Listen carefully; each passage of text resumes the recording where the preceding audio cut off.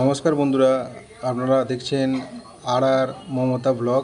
আর এই ব্লগে আপনারা দেখতে পাচ্ছেন যে আমার একমাত্র পুত্র রিতম, তার নরনারায়ণ পুজো আরম্ভ হয়েছে।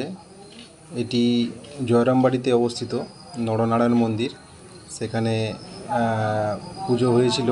সেই তার ব্লগটি আজকে আপনাদের কাছে শেয়ার করলাম। এখানে রিতম ফার্স্ট টাইম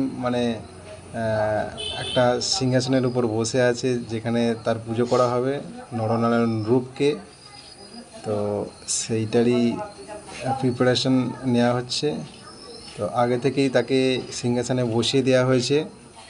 দেখতে পাচ্ছেন স্বামী বিবেকানন্দের নিচেই বসে আছে এবং পাশে শ্রীরামকৃষ্ণ ঠাকুর, ডান দিকে মা শারদা এবং মাঝখানে সিংহাসনে বিরাজমান আমার একমাত্র পুত্র রিতম অধিকারী। তো একটুখানি পরেই ঠাকুরমশাই আসবেন, পুজো আরম্ভ করবেন। তার আগে তাকে শিখিয়ে দেওয়া হচ্ছে যে কীভাবে বসতে হবে, কীভাবে হাতটা রাখতে হবে, এই সমস্ত। আর এর মাঝেই মানে আমরা এইখানে বসে আছি, সকলে মিলে বসে আছি। বসে বসে আমরা দেখছি তার পুজো। আর আপনারা দেখছেন কতটা আনন্দে আছে। এই ক্ষেত্রে একটা কথা বলে রাখি, এই যে ঠাকুরমশাই চলে এসেছেন, পুজো করছেন এখন। এই দুজনে কোথা থেকে এলো অ্যাকচুয়ালি, এই যে পাশের ছেলেটি, এই ছেলেটি আগে থেকেই নাম লিখিয়ে রেখেছিল। এবার এদের হয়েছে কি, এদের যেহেতু এরা বাইরে থাকে, অর্থাৎ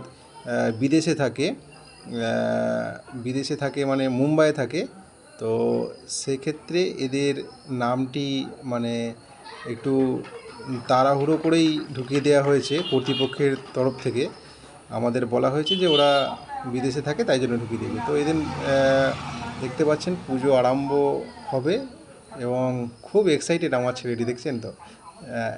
একই জায়গায় থাকতেই চাইছে না, জায়গায় একদমই থাকে না, খুবই দুষ্টুমি করে। এক্ষেত্রেও সেই একইভাবে ওকে যতবারই শিখিয়ে দেওয়া হচ্ছে যে দেখ এইভাবে থাক, কিন্তু সে বেলুন নিয়ে নিয়ে খুবই মস্তি করছে, খুবই আনন্দিত। তো দেখতেই পাচ্ছেন ঠাকুরমশাই এবার পুজো আরম্ভ করবেন, তার জন্য প্রস্তুতি নিচ্ছেন। তো আমরা পুজোটাকে সম্পূর্ণ আপনাদেরকে দেখাবো যে কীভাবে পুজোটা হয়েছিল। অ্যাকচুয়ালি নরনারায়ণ মন্দিরে পুজো হওয়াটা খুবই সৌভাগ্যের। আমার ছেলে খুবই সৌভাগ্য লাভ করেছে, যেহেতু ওর নামটা এখানে লিপিবদ্ধ হয়েছিল, রেজিস্ট্রেশন হয়েছিল। তো এখন তার জন্যই ঠাকুরমশাই দেখতে পাচ্ছেন এর মাঝখানে মিষ্টি খাইয়ে দিল, এখন পুজো আরম্ভ হবে। তো খুবই খুশি আমার ছেলেটা, খুবই ছটফট করছে, কথা বলছে পাশের যে সঙ্গী। আর পূজারি এখন তাদেরকে জল খাইয়ে দেওয়ার পর মুখটা মুছিয়ে দেওয়ার পরে এবার পুজো আরম্ভ হবে। তো সেই জন্য আমরা বসে আছি অধীর আগ্রহে দেখব বলে পুজোটা কীভাবে হয়। অ্যাকচুয়ালি আমার যে শ্বশুর বাড়ি সেটি হলো আপনার কামারপুকুর চটির সংলগ্ন। তো সেইখান থেকে জয়রামবাড়ির দূরত্ব এমন কিছু না। তো জয়রামবাটিতে আমরা যখন ঘুরতে গিয়েছিলাম, তো নরনারায়ণ মন্দিরে গিয়েছিলাম। তো নরনারায়ণ মন্দিরে গিয়েই আমরা জানতে পারি যে এখানে বাচ্চাদের যাদের বয়স 5 বছরের নিচে, তাদেরকে এখানে নাম রেজিস্ট্রি করলে তাদেরকে নারায়ণ রূপে পূজা করা হয়। তো সেইরূপ আমরা নাম লেখাই এবং পরবর্তীকালে আমাদের টাইম দেওয়া হয় যে এই টাইমের মধ্যে আসতে হবে। সেইভাবেই আমরা মোটামুটি প্রস্তুত হই এবং সেক্ষেত্রে আমরা ঠিক টাইমেই ওখানে চলে গিয়ে আমরা বুঝতে পারি না যে দুটি ছেলে একসঙ্গে পুজো হবে। আমরা তো একটুখানি প্রথমে বিস্মিত হয়েছিলাম যে দুটি ছেলে একসঙ্গে এভাবে পুজো হয়, এটা নিয়ে একটুখানি আমাদের মধ্যে বিস্মিতর ভাব এসেছিল যে এভাবে কীভাবে হবে। তো দেখুন এবার পুজো আরম্ভ হয়ে গেছে। তো সেইভাবে খুব একটু সিরিয়াস নিয়ে নিয়েছে দুটো বাচ্চাই। হাত হাতের পোজ যেভাবে করে আছে তাদেরকে একটা করে বেলুন ধরিয়ে দেওয়া হয়েছে এবং ঠাকুরমশাই পূজা অর্চনার মাধ্যমে সেটি করছে। দেখুন খুবই সুন্দর লাগছে দেখতে। আর ঠাকুর মা স্বামীজির পায়ের যদি তলে একটুখানি স্থান পায় আমার ছেলেটি এবং আশীর্বাদ পায় তাহলে তো খুবই ভালো ব্যাপার। তো খুবই এনজয় করছি দুজনে, এক্সাইটেড খুবই।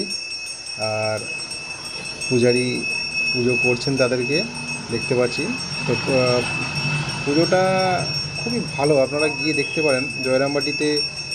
আমি বললে আপনাদের মেসেজ করলে আপনাদের অ্যাড্রেসটা পুরো দিয়ে দেবো এবং পুজো কীভাবে হয়, কোথায় নাম লেখাতে হবে সেই সম্পর্কেও আপনাদের অবগত করে দিতে পারি। এখন দেখতে পাচ্ছেন আমার ছেলেটি কিন্তু একটুখানি